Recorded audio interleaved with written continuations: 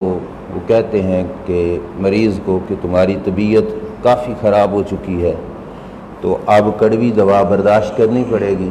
صحت کی خاطر، چونکہ ہمارا معاملہ اس سلسلے میں کافی خراب ہو چکا ہے، تو اس وجہ سے یہ جو کڑوا موضوع ہے اس کو بھی برداشت کرنا لازمی اور ضروری ہوگا۔ علامہ اقبال بھی جس وقت اس قسم کے کلام پہ قلم اٹھاتے تو وہ کہا کرتے تھے کہ چمن میں تلخ نوائی میری گوارا کر، کہ زہر بھی کبھی کرتا ہے کار تریاکی، کہ میری کڑوی باتیں قبول کر لینا، کبھی کبھی زہر بھی تریاک والا کام کرتا ہے۔ تو اس واسطے یہ جو موضوع ہے اس کا انتخاب بھی علامہ اقبال کے کلام سے ایک شعر سے لیا گیا۔ علامہ اقبال نے کہا تھا کہ یہ معاملے ہیں نازک جو تیری رضا ہے تو کر، مجھے تو خوش نہ آیا یہ طریق خانقاہی۔ اور اس موضوع پر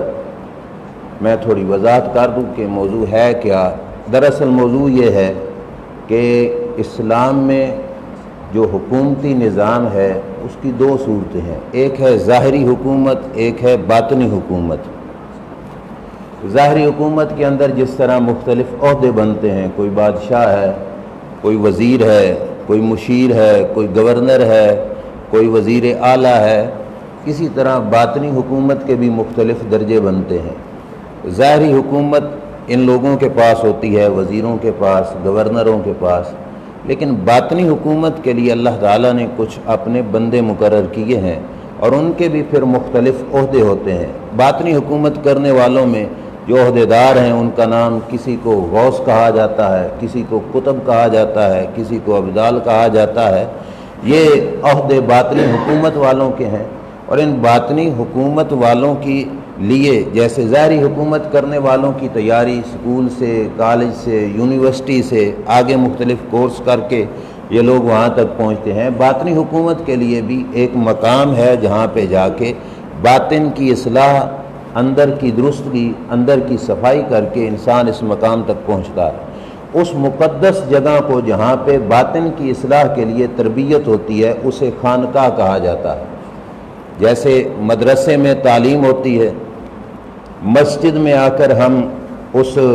تعلیم پر جو ہے عمل کرتے ہیں، تو جو خانقاہ ہوتی ہے اس پہ جا کے ہم اپنے باطن کی اصلاح کرتے ہیں، اندر کو صاف کرتے ہیں۔ خانقاہ ہوتا کیا ہے؟ خانقاہ کا مطلب ہر وہ ڈیرہ، ہر وہ جگہ جس مقام پر اللہ کا کوئی کامل فقیر بیٹھ کر اللہ کے بندوں کی باطن کی جو پیاس ہے اس کو بجھاتا ہے، اسے خانقاہ کہا جاتا ہے۔ اور ایسے مقدس مقامات کے لیے کوئی ضروری نہیں کہ دربار ہو، مزار ہو، درگاہ ہو، کیونکہ جس آستانے پر بھی جب پہلے حضرات بیٹھے کوئی دربار نہیں تھا مگر خانقاہ تھی، اور انہوں نے اس مقام پر لوگوں کو رشد و ہدایت کا پیغام دیا اور لوگوں کو پڑھایا اور اسلام کی تربیت کی، اور باطنی حکومت کے لوگ وہاں پہ تیار کیے۔ مدرسہ میں بھی تعلیم ہوتی ہے، خانقاہ میں بھی تعلیم ہوتی ہے۔ خانقاہ کی تعلیم اور مدرسہ کی تعلیم میں تھوڑا سا فرق ہے۔ مدرسہ دین اور شریعت کے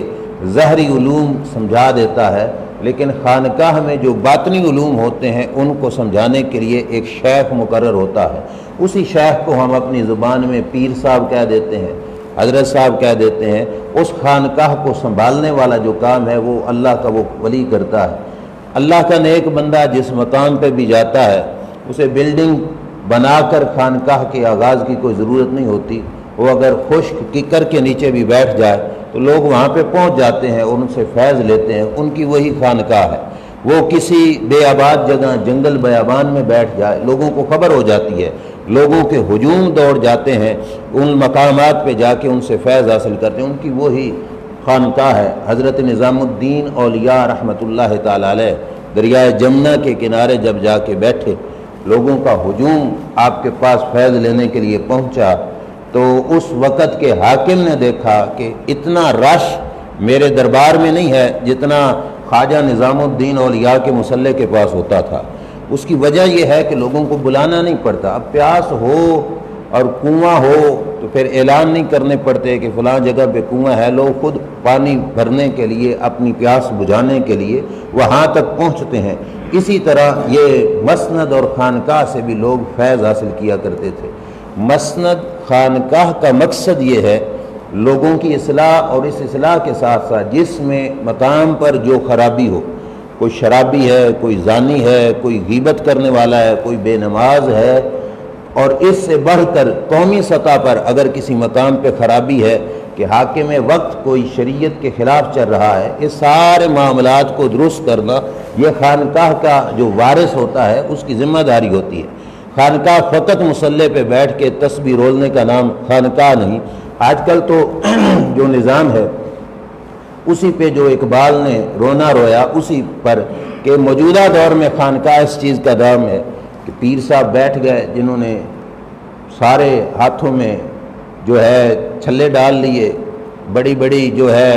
بال رکھ لیے، اور انہوں نے یہ مقام بنا لیا کہ یہاں پہ نذرانہ دنیاوی دولت کا جمع کرنا یہ مقصود ہوتا ہے، اور وہ شخص باطن کی اصلاح سے خود بھی بے خبر، دوسروں کو کیا اصلاح کرے گا، اور اس شخص کو نہ خود نماز آتی ہے، نہ خود اسے روزے کا پتہ ہے، اور شراب خوری سے کیا منع کرے گا، دن رات اس نے بھنگ کوٹ کوٹ کر خود بھی پینی ہے اور اوروں کو بھی پلانی ہے۔ مقصد خانقاہ کا یہ نہیں تھا کہ نذرانے بٹورے جائیں، اور ہم لوگ بھی خانقاہ کا مقصد یہ سمجھ بیٹھے کہ ہم نے خانقاہ پہ نام کی جو خانقاہ ہے جا کے کہا مرغی انڈے نہیں دیتی، اس معاملے میں تعویذ دو، گائے بھینس دودھ نہیں دیتی، اس کا تعویذ دو، ہمارا بٹیر انڈوں کے بیٹھی اور اس نے بچے نہیں نکالے، اس معاملے میں تعویذ دو۔ یہ مقصد ان کا نہیں تھا، اور ان خانقاہوں پہ بڑے بڑے لوگوں نے آ کے اپنے باطن کی اصلاح کی، اور چوٹی کے عالم بنے، اور کائنات کے ہر علم اور ہر گوشے کو انہوں نے سینے میں سمویا، لیکن اس کے باوجود بھی پھر کسی خانقاہ کی تلاش میں نکلے، اور وہاں پہ جا کے انہیں اپنے باطن کی دوائی اور باطن کے علاج کے لیے کام کیا۔ حضور تاجدار گولڈا حضرت پیر میر علی شاہ صاحب رحمۃ اللہ تعالی علیہ خود جو ہے سلسلہ قادریہ میں بہت بڑے عالم بھی تھے، سید زادے بھی تھے، اولاد رسول بھی تھے، لیکن اس کے ساتھ ساتھ بھی وہ پھر بھی کسی خانقاہ کی تلاش شیخ کے پاس جا کر میں اپنے معاملے کو، باطن کے معاملے کو درست کروں۔ تو یہ جو باطنی حکومت کے لوگ ہوتے ہیں یہ خانقاہوں سے تیار ہوتے ہیں۔ درگاہ کا معاملہ اور ہوتا ہے، درگاہیں مجاوروں سے بھی چل جاتی ہیں، وہاں پہ بیٹھے لوگ مجاورت کے ساتھ بھی یعنی کام چل جاتا ہے، لیکن خانقاہ پہ بیٹھنے والا جو شخص ہے جس کو سجادہ نشین کہا جاتا ہے، اس کا معاملہ فقط اتنا نہیں کہ آئے گئے کی بیعت کر لے، تعویذ دھاگا دے دے، اس کو دم چھو کر دے، یہ صرف کام خانقاہ والے کا نہیں ہے۔ علامہ اقبال نے اس سلسلے میں آج سے کافی پہلے روتے ہوئے یہ کہا تھا کہ پیغام دے گئی مجھے بعد صبح گاہی کہ خودی کے عارفوں کا ہے مقام بادشاہی۔ جو میں نے شروع میں کہا کہ علامہ کہتے ہیں کہ مجھے صبح کی ہوا سے یہ پیغام ملا کہ جس شخص نے اپنی ذات کو پہچان لیا نا کہ خودی کے عارفوں کا ہے مقام بادشاہی، کہ وہ لوگ زمانے میں پھٹے پرانے لباس میں بھی ان کا مقام بادشاہوں والا ہوتا ہے اور وہ بادشاہی کے درجے پہ فائز ہوتے ہیں۔ انہوں نے کہا تیری زندگی اسی سے، تیری آبرو اسی سے، خود ہی ہے تو خود ہی تو شاہی، نہیں تو روح سے آہی۔ کہا زندگی اور شہنشاہی تجھے چاہیے تو خود ہی کا مطلب سمجھیے، خود ہی کا مطلب ہے کہ انسان آس پاس کو تو ہر کوئی چیز سمجھ جاتی ہے، گرمی ہے، دھوپ ہے، کھانا ہے، میں نے پینا ہے، لیکن یہ جو وجود ہے اس وجود کو سمجھنا کہ رب نے اس وجود کو کس لیے پیدا کیا، اس کا مقصد تھا، اس کو خود ہی کہا جاتا ہے۔ اس لیے بزرگ فرماتے ہیں نا کہ جس نے اپنی ذات کو پہچان لیا اس نے رب کو بھی پہچان لیا۔ تو کہا کہ خودی کا مقام کیا ہے کہ جو خودی ہے یہی تو جو رہی خودی تو شاہی، نہ رہی تو روح سے آہی، کہ خودی تمہارے پاس رہی تو تم بادشاہ ہوگے، نہیں تو پھر منہ کالا ہو جائے گا۔ اور اسی کلام کے اندر اقبال نے جا کے یہ کہا کہ نہ دیا نشان منزل مجھے اے حکیم تو نے، مجھے کیا گلا تجھ سے تو نہ راہ نشی نہ راہی، کہ اے حکمت کے استاد اور اے فلسفہ کے سمجھانے والے، جو کل موضوع تھا کہ اے سائنس میں بڑی ترقی کرنے والے، مجھے تجھ سے کیا گلا کہ تو نے مجھے کیا سکھانا تھا۔ کہا تو نہ راہ نشی نہ راہی، نہ تجھے راہ کا پتہ کہ راہ ہے کون سا، اور نہ تو خود راہ پہ جا کے بیٹھا، مجھے تجھ سے نہیں گلا۔ اور آگے جا کے اسی کلام کے اندر اقبال نے کہا کہ میرے حلقہ سخن میں ابھی زیر تربیت ہیں وہ گدا کے جانتے ہیں راہ و رسم کج کلاہی۔ کہا میں اس کیٹاگری کا بندہ ہوں کہ میرا کلام جن لوگوں کو میں سمجھا رہا ہوں ان لوگوں کے پاس یہ طاقت ہے، انہی لوگوں نے تو کائناتوں پہ حکومت کی، اس کائنات کے نظام کو سنبھالا، وہ الگ بات ہے بگڑ گئے، لیکن کہا میری تربیت میں ہے، میں سمجھا رہا ہوں کہ یہ سمجھ جائیں گے۔ آگے کہہ دیا کہ یہ معاملے ہیں نازک جو تیری رضا ہے تو کر، مجھے تو خوش نہ آیا یہ طریق خانقاہی۔ کہا اس بات کو چھیڑ بیٹھنا کہ خانقاہوں پہ ہو کیا رہا ہے، یہ درباروں کے سجادہ نشین کر کیا رہے ہیں، ان کی ڈیوٹی کیا تھی اور یہ کس طرف چل گئے۔ کہا یہ معاملے ہیں نازک جو تیری رضا ہے تو کر، کہ میں تجھ سے الجھ پڑا تو پھر میرا مقصد نہیں پورا ہو سکے گا۔ کہا میں اپنا مزاج یہ بتا رہا ہوں کہ مجھے تو خوش نہ آیا یہ طریق خانقاہی، کہ مجھے یہ خانقاہی سلسلہ اچھا نہیں لگا کہ جس خانقاہ نے بیٹھ کے فقط لوگوں سے نذرانے تو بٹورے لیکن لوگوں کی اصلاح کے لیے کوئی کام نہیں کیا۔ اور ایک مقام پہ علامہ اقبال نے یوں کہہ دیا تھا کہ اٹھا میں مسجد و مدرسہ و خانقاہ سے غمناک، کہ نہ زندگی نہ معرفت نہ نگاہ، کہ میں مسجد سے بھی اٹھایا، میں مدرسہ سے بھی، خانقاہ سے بھی اٹھایا، وہاں بیٹھنے والوں کے پاس نہ زندگی ہے، نہ ان کی نگاہ میں کوئی تاثیر رہ گئی، نہ ان کے پاس معرفت خداوندی رہ گئی۔ اب ظاہری بات ہے کہ جس نے تعویذ بھی اس خاطر دینا ہے کہ پیر صاحب میرا مرغا لڑائی میں ہار گیا تم تعویذ دے دو تاکہ مرغا جیت جائے، بٹیر ہار گیا تم تعویذ دو وہ جیت جائے، اس پیر صاحب سے باطن کی اصلاح کی کیا صورتحال ہو سکتی ہے؟ اس مقام پر بیٹھنے والے شخص کا مقام بڑا اونچا تھا، لیکن یہ ہتھے چڑھ گئی ایسے لوگوں کے، ان جو ہے غیر مناسب لوگوں کی وجہ سے باطل پرستوں نے پورے نظام کو بھی معاذ اللہ برا بھلا کہنا شروع کر دیا اور اس سلسلے کو بالکل شروع سے خراب ہی کہنا شروع کر دیا، حالانکہ ہرگز یہ سلسلہ خراب نہیں۔ اللہ کے دین میں اس سلسلے کی باقاعدہ تصویر موجود ہے۔ میرے کریم آقا صلی اللہ علیہ وسلم نے جس وقت مسجد نبوی قائم کی، ساتھ ایک چبوترا قائم کیا جسے صفہ کا،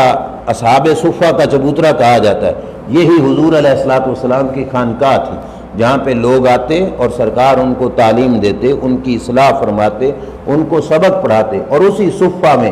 دن کے وقت جو صحابہ کام کرتے تھے، رات کے وقت وہ حضور سے سبق پڑھا کرتے تھے، اور اسی صفہ میں پڑھنے والے پھر ایسے لوگ پیدا ہوئے جنہوں نے روم اور فارس کو جا کے فتح کیا اور ان کے ماتحت ہوئے یہ علاقے، کہ انہوں نے اس مقام سے پھر سرکار نے اس سلسلے کو اس طرح بڑھایا۔ آخر کسی کے ذہن میں اپنا ذہن انڈیلنا ہو تو فقط آرڈر سے نہیں انڈیلا جا سکتا جب تک کہ ان کے ساتھ گل مل کے بیٹھا نہ جائے۔ بزرگ فرماتے ہیں سب سے پہلا ذریعہ اس میں یہ ہے کہ ربط شیخ اور مرید کا کامل درجے کا ہو، یعنی کہ بیعت کی،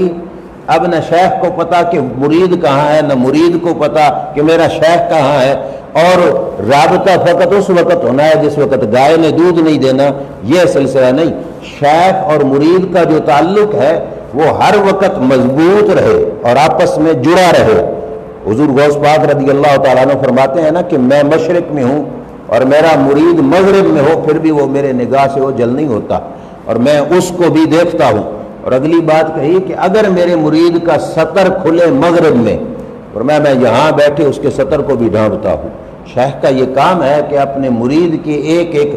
مقام پر اصلاح کرتا رہے اور اس کو سمجھائے کہ تیرا مقام اور تیرا درجہ کیا ہے۔ اور جس وقت خانقاہ اس کیٹاگری کی ہوتی ہے نا، جو اصل خانقاہ ہے، اس کے اوپر بیٹھنے والے شخص کی جانب صرف پہنچنا دور کی بات، اس کی مجلس میں بیٹھ کے فیض لینا دور کی بات، اس خانقاہ کا ارادہ کر کے جب کوئی بندہ گھر سے نکلتا ہے تو اللہ تعالیٰ اس کو بھی بہت زیادہ فیض عطا فرماتا ہے۔ مشکاۃ شریف میں حدیث ہے، میرے کریم آقا صلی اللہ علیہ وسلم نے فرمایا کہ ایک شخص گھر سے نکلا کسی دوسرے بزرگ سے ملنے کے لیے، اللہ نے اس کے امتحان کے لیے اس کے راستے میں فرشتہ مقرر کر دیا کہ اس سے پوچھو تو صحیح یہ کہاں جا رہا ہے۔ اب فرشتہ اس کے راستے میں آ کے کھڑا ہو گیا، اس سے پوچھتا ہے اینا ترید ہو، تو کہاں جا رہا ہے؟ اب اس کا جواب ہے ارید اخلی فی القریہ، میرا فلاں بستی میں ایک بزرگ ہے، میرا بھائی ہے، میں اس کو ملنے کے لیے جا رہا ہوں۔ اب جو خانقاہی سلسلے میں تعلق ہوتا ہے، اس تعلق کو واضح کرنے کے لیے اس نے پوچھا کہ اس سے کیا تمہاری رشتہ داری ہے؟ فرشتہ پوچھتا ہے۔ اس نے کہا کوئی رشتہ دار نہیں، مطلب خونی رشتہ ہو۔ پھر اس نے کہا کہ کیا اس کا تجھ پہ کوئی احسان ہے جس احسان کا بدلہ چکانے کے لیے تو جا رہا ہے؟ تو اس نے کہا کہ نہیں، ایسی بات بھی نہیں۔ تو پھر اس نے کہا کہ پھر اتنا سفر کر کے وہاں جانے کی ضرورت کیا ہے؟ اب یہ تصور ہے خانقاہ کا کہ اس نے پھر آگے جواب کیا دیا؟ اس نے کہا غیر انی احببتہ فی اللہ، میرا اس کا اور کوئی تعلق نہیں، فقط یہ ہے کہ وہ رب والا ہے اور میں اسے پیار کرتا ہوں۔ خانقاہی صورتحال اور اصل خانقاہ سے تعلق اور ربط کہ یہ ابھی شخص اس بستی کے ارادے سے نکلا، ابھی پہنچا ہی نہیں ہے، تو کیا فرشتے نے اس سے کہا کہ اے اللہ کے بندے، میں بھی اللہ کا بھیجا ہوا پھر فرشتہ ہوں، اور مجھے بھی رب نے ایک مقصد کے لیے بھیجا ہے کہ تو اس سے اگر اللہ کے لیے محبت کرتا ہے تو پیغام خدا تیرے نام یہ ہے کہ رب فرماتا ہے کہ اس محبت کی وجہ سے میں رب تجھ سے محبت فرماتا ہوں۔ تو جو ایسی خانقاہ کا وارث، اس بندے کی دربار میں پہنچ جانے سے کیا ملتا ہے یہ تو اگلی بات ہے، فقط ارادے سے گھر سے نکلا اللہ تعالیٰ اس کو بھی کامل درجہ عطا فرما دیتا ہے۔ اور ابراہیم بن ادھم رضی اللہ تعالیٰ عنہ نے ایک دفعہ ایک شخص کو دیکھا، انسانی روپ میں تھا، اور اس نے ہاتھ میں لسٹ اٹھائی ہوئی تھی۔ آپ نے فرمایا یہ لسٹ کیا ہے؟ تو اس نے کہا کہ یہ نام ہے ان لوگوں کے جو اللہ سے محبت کرتے ہیں، ان کے نام ہیں۔ ابراہیم بن ادھم رضی اللہ تعالیٰ عنہ نے کہا مجھے بھی دکھاؤ۔ پکڑ کے شروع سے آخر تک ساری لسٹ کو پڑھا۔ جو ارادہ تھا وہ آپ کے علم میں ہر شخص کی خواہش ہوتی ہے کہ میرا نام بھی لکھا ہوگا، لیکن پوری لسٹ میں ابراہیم بن ادھم کا نام نہیں لکھا تھا۔ خواہش تھی کہ ہوگا لیکن نہیں لکھا تھا۔ جس وقت نام نہ ملا تو لسٹ واپس کرتے ہوئے یہ کہا کہ چلو اس لسٹ میں میرا نام نہیں، اس لسٹ میں جن کا نام ہے جو ان سے پیار کرتا ہے نا، ان میں تو میرا نام لکھ دینا ہے۔ اصل خانقاہ کے وارثوں سے جو ان سے پیار کرتا ہے ان میں میرا نام لکھ دینا۔ غیب سے آواز آئی، وہ انسانی روپ میں جو تھا وہ انسان نہیں تھا، فرشتہ تھا۔ رب کی طرف سے اسے آواز آئی کہ اب اس شخص کا نام اس لسٹ میں پہلے نمبر پر لکھو۔ کیوں؟ کیونکہ جو میرے بندوں سے محبت کرتا ہے، رب نے فرمایا میں بھی اس سے پیار فرماتا ہوں۔ تو ایسے لوگوں کے پاس جانے کی بات تو بڑی زیادہ فیض کی ہے، ان سے گھر بیٹھے جس پہ محبت کر لی غیبی، اللہ تعالیٰ اس کو بھی بڑا مقام عطا فرما دیتا ہے۔ اور اللہ کریم نے اس سلسلے میں جو ایک قانون تھا وہ اپنے محبوب صلی اللہ علیہ وسلم کو قرآن مقدس میں بھی فرمایا ثم جعلناک علی شریعت من الامر، فرمایا محبوب میں نے شریعت کا ایک راستہ تمہیں دے دیا۔ جیسے خانقاہ کے وارث والا نظام ہے، اسی سلسلے میں رب نے اپنے محبوب کو پیغام بھیجا، اور آگے کہا فاتبعھا، محبوب آپ کی ذمہ داری ہے کہ آپ اس شریعت کے نظام کی کریں پیروی، ولا تتبع آواء الذین لا یعلمون، ان لوگوں کی پیروی نہ کرنا جن لوگوں کو کچھ علم نہیں، مطلب نہ جاننے والے جاہل لوگوں کی پیروی نہ کرنا۔ یہ دراصل خطاب حضور کو ہے، امت کے ان پیشواؤں کو سبق تھا کہ شریعت تمہارے پاس ہے، اب جس شیخ کے پاس مرید جائے، میں معذرت سے عرض کر رہا ہوں، اور پھر شیخ ڈر رہا ہو مرید کو کچھ تربیت کرنے سے کہ میں نے اسے کہا کہ یار فلاں کاروبار چھوڑ دے، فلاں نیک عمل کر لے، چہرے پہ سنت رسول سجا لے، تو ڈر جائے کہ میں نے اسے کہا تو یہ کل میرے پاس آنا چھوڑ جائے گا، لہٰذا میں اسے نہیں کہتا، تو پھر شیخ وہ تو نہ ہوا، شیخ تو آنے والا ہو گیا کہ جس سے پیر صاحب ڈر رہے ہیں کہ میں اس کو کہتا بھی نہیں ہوں، حالانکہ اس کی ذمہ داری صرف یہ نہیں تھی کہ آتے جاتے اسے نذرانہ بٹورے، اس کے باطن کی اصلاح کرنے، یہ اس کی ڈیوٹی تھی۔ اور اسلاف میں سے ایک نہیں درجنوں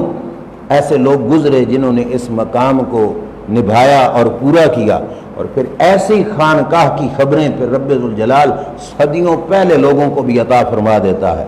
حضرت غوث بہاء الحق زکریا ملتانی رحمۃ اللہ تعالی علیہ جس وقت اس ایریے میں آتے تو واپس جاتے ہوئے جہاں پہ آج آستانہ عالیہ سیال شریف ہے،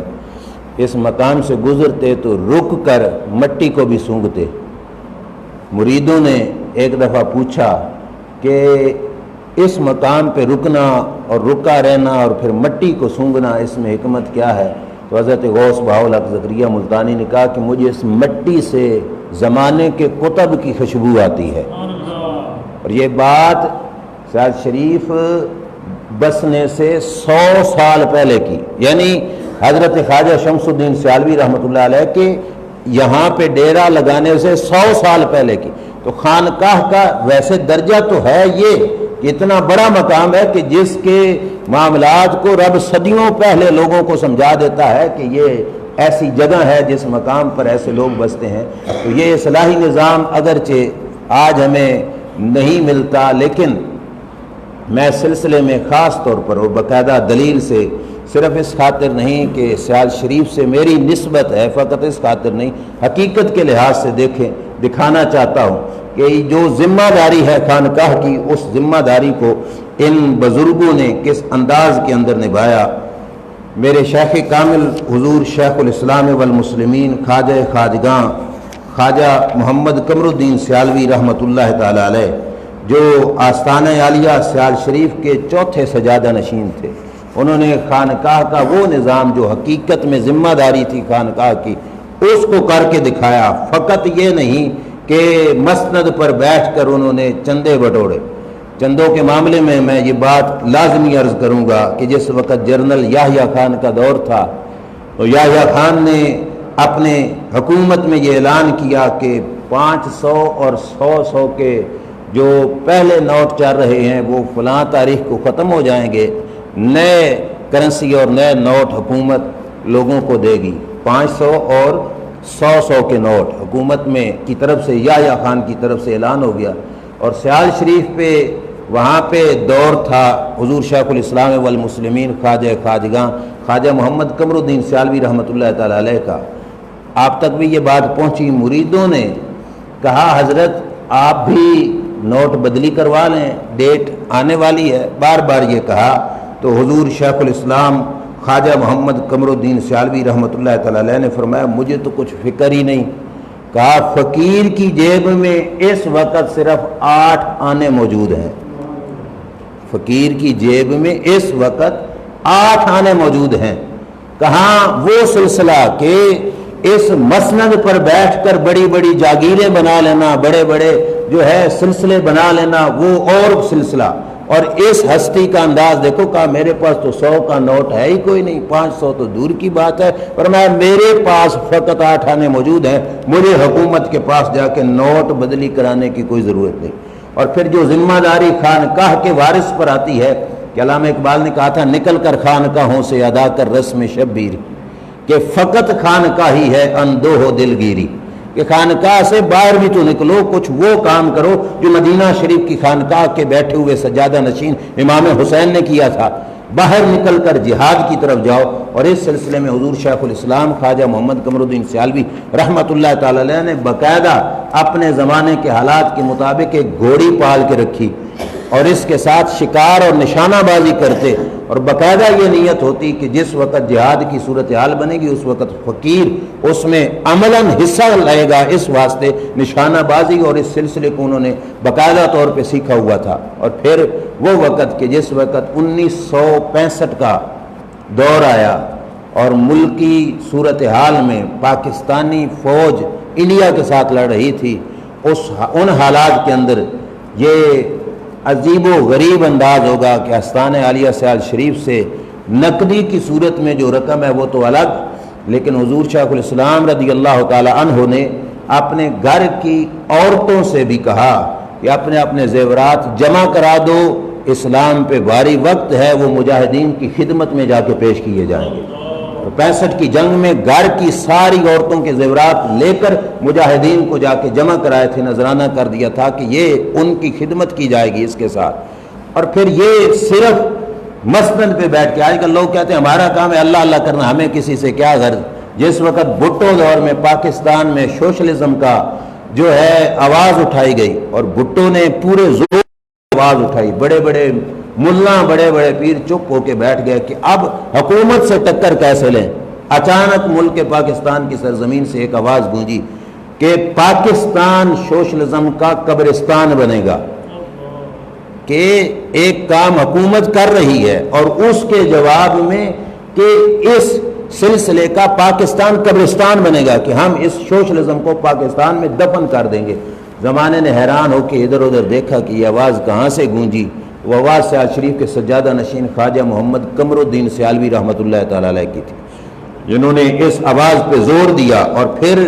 ہر دور میں فتنوں کے خلاف جھگڑے لڑائیاں کی۔ پھر جس وقت قادیانی اپنے عروج پر تھے اور علاقے کے اندر ایسی صورتحال پیدا ہو گئی تھی کہ لوگ جو ہے قادیانیت کے معاملے میں بے خبر ہو گئے تھے، اور ملک پاکستان میں پاک فضائیہ کا بڑا سربراہ ظفر چودھری بنا، تو جو ربوہ ہے اس مقام پر وہ آیا، تو جو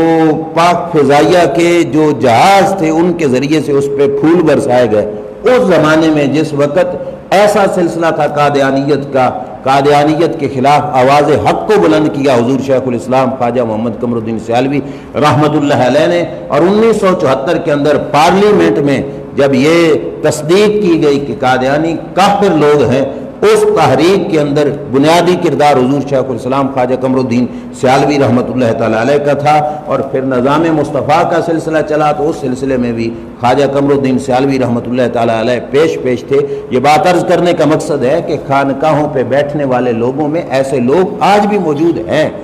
اور پھر میں یہ کتابیں اسی واسطے اٹھا کے لیا کہ یہ میرے ہاتھ میں جو کتاب ہے مذہب شیعہ، یہ اسی ہستی کی لکھی ہوئی ہے، مطلب کہ کوئی جاہل ان پڑھ قسم کے انسان نہیں تھے۔ جس وقت رافضی ٹولہ، وہ جو صحابہ کو گالیاں دینے والے تھے، آستانہ عالیہ سیال شریف پہ جس کو حاضری کی سعادت حاصل ہوئی، اڈے سے آستانے کی طرف جانے والا جو روڈ ہے، راستے میں ایکسچینج آتی ہے، اس ایکسچینج کی جگہ پہ اہل تشیع نے کہا کہ ہم یہاں پہ اپنی امام بارگاہ بنائیں گے۔ اب ہم کہتے ہیں کہ جگہ ان کی، مسجد ان کی، جو مرضی کرتے رہے، ہمیں کیا غرض، لیکن حضور شیخ الاسلام حرکت میں آئے، فرمایا یہاں پہ تمہاری امام بارگاہ ہم نہیں بننے دیں گے۔ اور پھر باقاعدہ خیبر تک یہ تحریک چلی، پشاور و کوئٹہ تک یہ تحریک چلی، اور بڑا احتجاج ہوا۔ اس احتجاج کا نتیجہ اللہ کے فضل سے یہ نکلا کہ ان لوگوں کو وہاں پہ اجازت نہ ملی۔ آج بھی سیال شریف سے اس طرف جنوب کی جانب 1 میل کے فاصلے پر انہوں نے اپنی امام بارگاہ تعمیر کی، لیکن وہاں پر حضور شیخ الاسلام رضی اللہ تعالیٰ عنہ نے تعمیر نہ کرنے دی۔ اور پھر لوگوں کو یہ سمجھانے کے لیے کہ یہ احتجاج، یہ سلسلہ کیوں ہوا، حضرت نے پوری کتاب لکھی ہے، اور اس کتاب میں رافضیت کا رد اس انداز میں کیا 150 صفحے کی کہ بڑے بڑے علماء بھی منہ میں انگلیاں ڈے کے بیٹھ جاتے ہیں کہ اس ہستی کا علم کس کمال درجے کا تھا۔ اور پھر یہ دوسری کتاب کہ جس تنویل الابصار بے تقبیل المزار، کہ جس وقت لوگوں میں یہ رائج ہوا کہ مزار کو بوسہ دینا معاذ اللہ شرک ہے، شرک کا فتویٰ لگنے لگا امت مسلمہ پر، تو حضور شیخ الاسلام نے اس سلسلے میں بھی کتاب لکھی اور لوگوں کی ہدایت کا سامان کیا، اور لوگوں کو بتایا کہ بوسہ شرک کیسے ہو سکتا ہے، مزار کا بوسہ لینا، اس پہ شرک کا فتویٰ یہ کیسے ہو سکتا ہے، اور باقاعدہ اس پہ جواز پہ احادیث اور فقہ سے اس پہ دلائل فراہم کیے۔ اور پھر صرف یہاں تک نہ رہے، اب اس سلسلے میں آگے چلتے جاؤ تو دیکھو یہ کتاب ابھی باقاعدہ چھپتی نہیں، فوٹو کاپی کی صورت میں ملتی ہے کہ مسئلہ تطلیق، التحقیق فی التطلیق،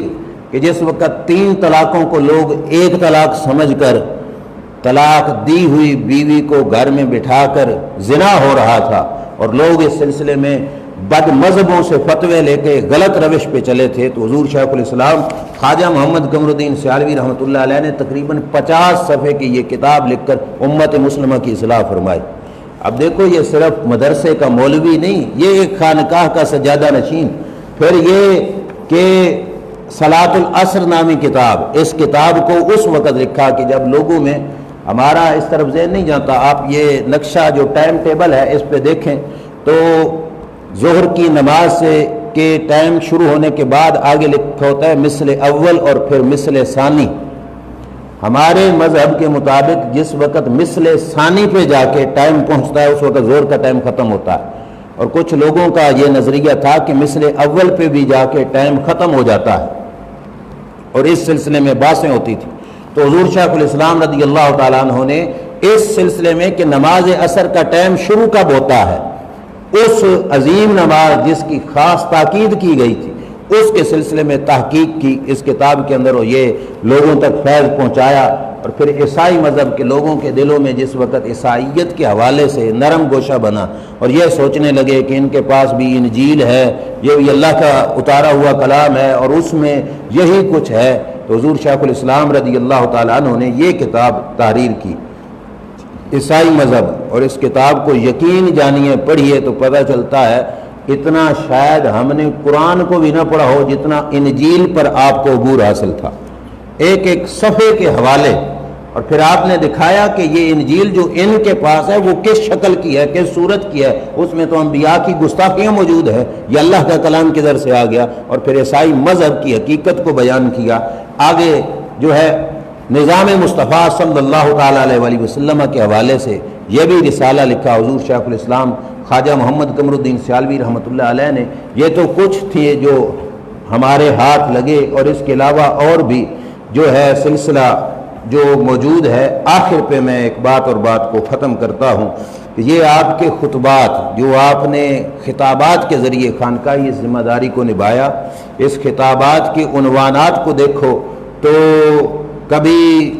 مملکت کے اندر اٹھنے والے فتنوں کے رد میں خطاب، اور کبھی کسی حوالے سے کبھی کسی حوالے سے، اور ایسے خاص موضوع۔ اب یہ ایک باقاعدہ خطاب ہے ذوالفقار علی بھٹو کے بیان پر رد عمل، اور ایک موضوع ہے فساد شیعہ کا۔ اسی طرح مطلب مختلف معاملات میں آپ نے خطابات کیے، اور پھر آپ اس قسم کے سجادہ نشین نہیں تھے کہ آپ نے صرف باہر والوں پر ڈنڈے اٹھائے اور اپنوں کو کچھ نہ سمجھایا ہو۔ آخر پہ اس کتاب کے صفحہ نمبر 141 پہ آپ کا خطاب، اور پھر بالخصوص اپنے خاندان والوں کے لیے میں اس کے چند لفظ سناتا ہوں۔ آپ نے جو ہے اپنے خاندان والوں کو مخاطب کرتے ہوئے اور سیال شریف کے رہنے والوں کو کہا کہ سیال شریف کے رہنے والوں، میرے عزیزوں، میرے بچوں، میرے بھتیجوں، میں سب کو متوجہ ہو کر کہہ رہا ہوں کہ یہ وہ آستانہ ہے کہ جس آستانے پر لوگ وضو کے بغیر نہیں آتے۔ اڈے پر اتر کرنا مسجد میں لوگ وضو کر کے آستانے کی سرزمین پہ قدم رکھتے ہیں۔ فرمایا اس آستانے پر لوگ وضو کیے بغیر نہیں آتے، اور اگر کسی نے استنجا بھی کرنا ہو تو لوٹا بھر کے فرمایا کوسوں دور جا کے استنجا کرتے ہیں۔ یہ بات حقیقت ہے، ہم نے دیکھا۔ اور کہا صبح و شام زیارت کرنے والوں اس آستانے کی لاج رکھنا۔ اب دیکھو کیا انداز ہے، فرمایا تم ہماری اولادوں سے آئے، اس خانقاہ پہ رہنے والوں کی اولاد ہو، اس آستانے کی لاج رکھنا۔ اور لاج میں کیا تھا کہ صرف نظام سنبھالنا نہیں، فرمایا نماز کی پابندی کرنا، اور ساتھ فرمایا اس آستان شہر شریف میں رہ کر شرم کرنا، ایسے کام نہ کرنا جو یہودیوں کے ہیں مسلمانوں کے نہیں۔ فرمایا وہ کام نہ کرنا جو مسلمانی نہیں بلکہ اللہ کو حاضر ناظر سمجھتے ہوئے گناہ کے درپے ہونا بہت بڑا جرم ہے۔ اور ساتھ فرمایا یہ خیال دل سے نکال دو، یہ خاص بات، فرمایا یہ خیال دل سے نکال دو کہ ہم کسی بزرگ کی اولاد ہیں اور بن عمل بخشے جائیں گے، فرمایا یہ خیال دل سے نکال دو۔ صاحبزادگان کو اس جملے میں کس خانقاہ کا وارث پکارتا ہے؟ فرمایا دل سے نکال دو، اللہ بڑا بے نیاز ہے۔ فرمایا چاہے تو ایک کتے کو بزرگوں کی صحبت میں رہنے کی وجہ سے جنت میں بھیجے، اور چاہے تو نوح پیغمبر کے بیٹے کو جہنم میں بھیجے۔ فرمایا وہ بے نیاز ہے، اس کی بے نیازی کو سمجھنا، اس گھمنڈ میں مت رہنا کہ ہم کسی پیر کی اولاد ہیں۔ فرمایا نہ، اس بے نیاز کی بے نیازی سے جو ہے خوف رکھنا۔ فرمایا اس بے نیاز کی بارگاہ ایسے ہے جس میں فرشتے بھی کانپتے رہتے ہیں۔ فرمایا فرشتے بھی اس مقام پہ کانپتے رہتے ہیں۔ فرمایا برے کام چھوڑ دو، اللہ رسول کے غلاموں جیسی شکلیں بناؤ، داڑیاں رکھو، اللہ تعالیٰ اور اس کے رسول اور فرشتے تمہیں دیکھ کر یہ سمجھیں کہ یہ رسول اللہ صلی اللہ علیہ وسلم کا غلام ہے۔ اس انداز میں آپ نے باقاعدہ تربیت کی، چونکہ وقت بہت کم ہے، ورنہ میں یہ صفحہ ایک تھا وہ سناتا، لیکن بس میں بات کو ختم کرتا ہوں کہ آپ نے تربیت کرتے ہوئے یہ کہا تھا کہ کسی علاقے کا بادشاہ تھا، اور وہ اپنے علاقے سے دور نکل گیا، بادشاہی سے نکل گیا، گھوڑا اس کا مر گیا، مطلب باہر نکل گیا، بے آباد جگہ تھی، وہاں پہ کسی شخص سے ملاقات ہوئی، وہ یہودی تھا، تو اس نے کہا کہ یار اپنا گھوڑا مجھے دے، میں ایک بار اپنی سلطنت میں واپس جاؤں تو اپنے دشمن کے خلاف جس وقت لڑوں گا ہو سکتا ہے مجھے سلطنت واپس مل جائے تو میں تیرا احسان کا بدلہ تجھے دوں گا، مجھے ایک مرتبہ گھوڑا دے۔ کہا اس یہودی نے بادشاہ کو گھوڑا دیا کہ جاؤ جا کے اپنا معاملہ سیدھا کرو۔ بادشاہ واپس آیا، مطلب اسے فتح ہو گئی، حکومت اس کے ہتھے لگ گئی۔ بادشاہ نے سوچا کہ جس بندے نے مجھے گھوڑا دیا تھا میں اس کی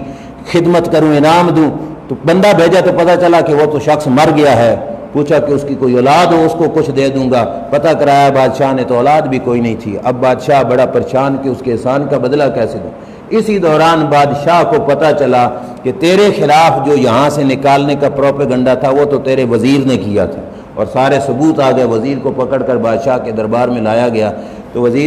بادشاہ نے کہا میں اس وزیر کو سزا دینے سے شرماتا ہوں۔ وجہ کیا بیان کی؟ کہا اس کی شکل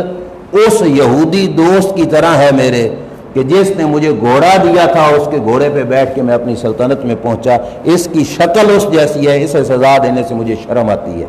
یہ واقعہ بیان کر کے آپ نے فرمایا کہ اگر ایک